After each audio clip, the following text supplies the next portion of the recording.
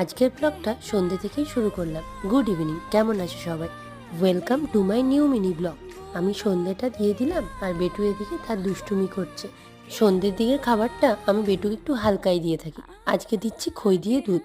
খইটার মধ্যে একটু গরম দুধ দিয়ে ওটাকে নরম করে নেব, তারপর ওটার মধ্যে জাস্ট একটু হানি দিয়ে ওকে দেবো।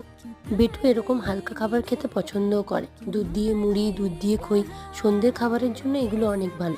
আর আমাদের জন্য আজকে রাতে সবজিতে বানাবো চিলি সোয়াবিন। আর বেটুর তো খাওয়া দাওয়া হয়ে গেছে। বাড়ির অবস্থাটা শুধু দেখো। বাড়িতে কোনো বাচ্চা থাকলে সবার বাড়িরই মনে হয় একই অবস্থা, কিন্তু আমরা বড়রা যদি সারাক্ষণ সব কিছু টিপটপ গুছিয়ে রাখার চেষ্টা করি, তাহলে কিন্তু বাচ্চারা সেই পরিবেশটা পায় না খেলার মতো। এমনিতেই বর্ষাকাল, বাচ্চারা বাড়ির বাইরে খুব একটা বেরোতে পারছে না, বাইরে বৃষ্টি হচ্ছে, তাই বাড়ির মধ্যে ওদের একটা সুন্দর এনভায়রনমেন্ট দিতে হবে যাতে ওরা খোলামেলাভাবে খেলাধুলো করতে পারে। চলো, খুব তাড়াতাড়ি দেখা হচ্ছে নেক্সট কোনো